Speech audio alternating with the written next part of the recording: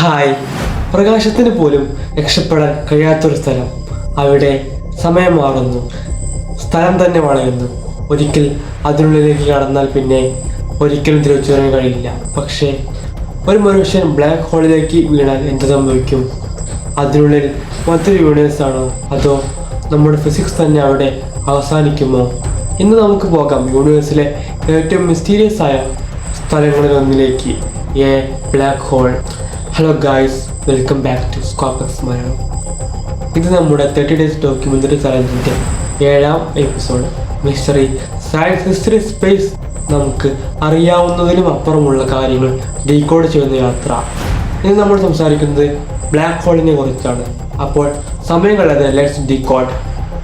Black hole എന്നത് സ്പേസിൽ ഒഴുകി നടക്കുന്ന ഒരു വലിയ കറുത്ത ഗോളമല്ല, വളരെ മാസീവായ ഒരു നക്ഷത്രം അതിൻ്റെ ജീവിതത്തിൻ്റെ അവസാനം സ്വന്തം ഗ്രാവിറ്റി കാരണം തകർന്നു വീഴുമ്പോൾ ചില സാഹചര്യങ്ങളിൽ അത് ബ്ലാക്ക് ഹോളായി മാറാം.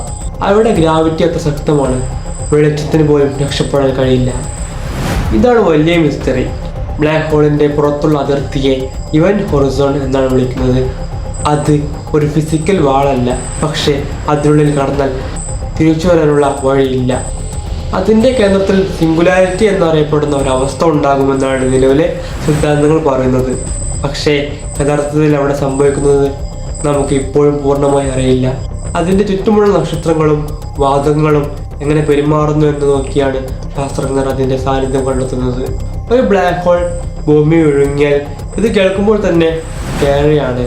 പക്ഷെ ഒരു കാര്യം മനസ്സിലാക്കണം, ബ്ലാക്ക് ഹോൾ എന്നത് എല്ലാത്തിനെയും വലിച്ചെടുക്കുന്ന കോസ്മിക് വാക്യൂം ക്ലീനർ അല്ല. അതൊരു സാധാരണ മാസുള്ള വസ്തുവിനെ പോലെ തന്നെ ഗ്രാവിറ്റി കാണിക്കും. അവിടെ ചെന്നാൽ മാത്രമാണ് വലിയ അപകടം. അതുകൊണ്ട് നമ്മുടെ ഭൂമിയെ ഏതെങ്കിലും ബ്ലാക്ക് ഹോൾ ഇപ്പോൾ മുഴുവൻ പോകുന്നു എന്ന് പേടി വേണ്ട. ഒരു മാസീവ് സ്റ്റാറിൻ്റെ ഫ്യൂവൽ തീരുമ്പോൾ അത് സ്വന്തം ഗ്രാവിറ്റി കാരണം കൊളാപ്സ് ചെയ്യാം. വലിയ നക്ഷത്രങ്ങളുടെ കാര്യത്തിൽ ഈ കൊളാപ്സ് ബ്ലാക്ക് ഹോൾ രൂപപ്പെടുന്നതിലേക്ക് നയിക്കും. പക്ഷേ എല്ലാ ബ്ലാക്ക് ഹോളുകളും ഇങ്ങനെ മാത്രമല്ല രൂപപ്പെടുന്നത്.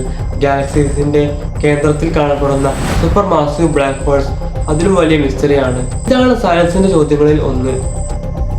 ഇവന്റ് ഹൊറിസോൺ കടന്നതിന് ശേഷം അവിടെ എന്താണ് സംഭവിക്കുന്നത് എന്ന് പുറത്തു നിന്ന് നേരിട്ട് കാണാൻ കഴിയില്ല. കാരണം അവിടെ നിന്ന് ഇൻഫർമേഷൻ പുറത്തേക്ക് എത്താൻ കഴിയില്ല. അതുകൊണ്ട് ബ്ലാക്ക് ഹോളിന്റെ അപ്പുറം എന്താണ് ഇപ്പോഴും ഡെഫിനിറ്റ് ആൻസർ ഇല്ല.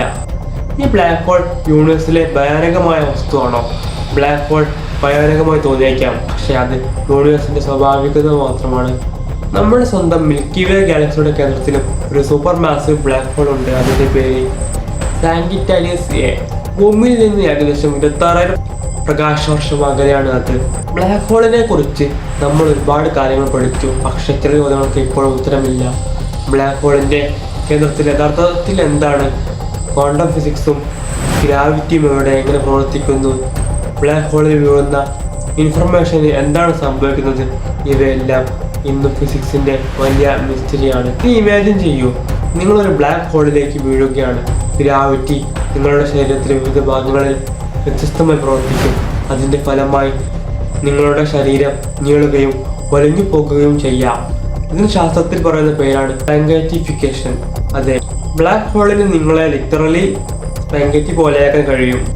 ബ്ലാക്ക് ഹോൾ നമ്മളെ പഠിപ്പിക്കുന്നത് ഒരു കാര്യമാണ്: യൂണിവേഴ്സ് നമ്മൾ കരുതുന്നതിലും വളരെ മിസ്റ്റീരിയസ് ആണ്.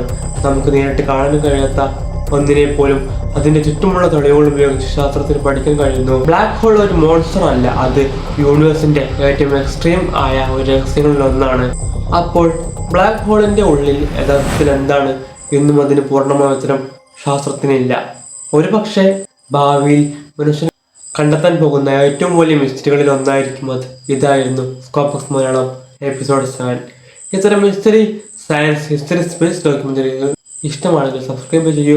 നമ്മുടെ 30 ഡേയ്സ് ഡോക്യുമെൻ്ററി ചലഞ്ച് തുടരുകയാണ്. അടുത്ത എപ്പിസോഡിൽ വീണ്ടും മറ്റൊരു മിസ്റ്ററിയുമായി കാണാം. Until then, let's decode the unknown. Thank you.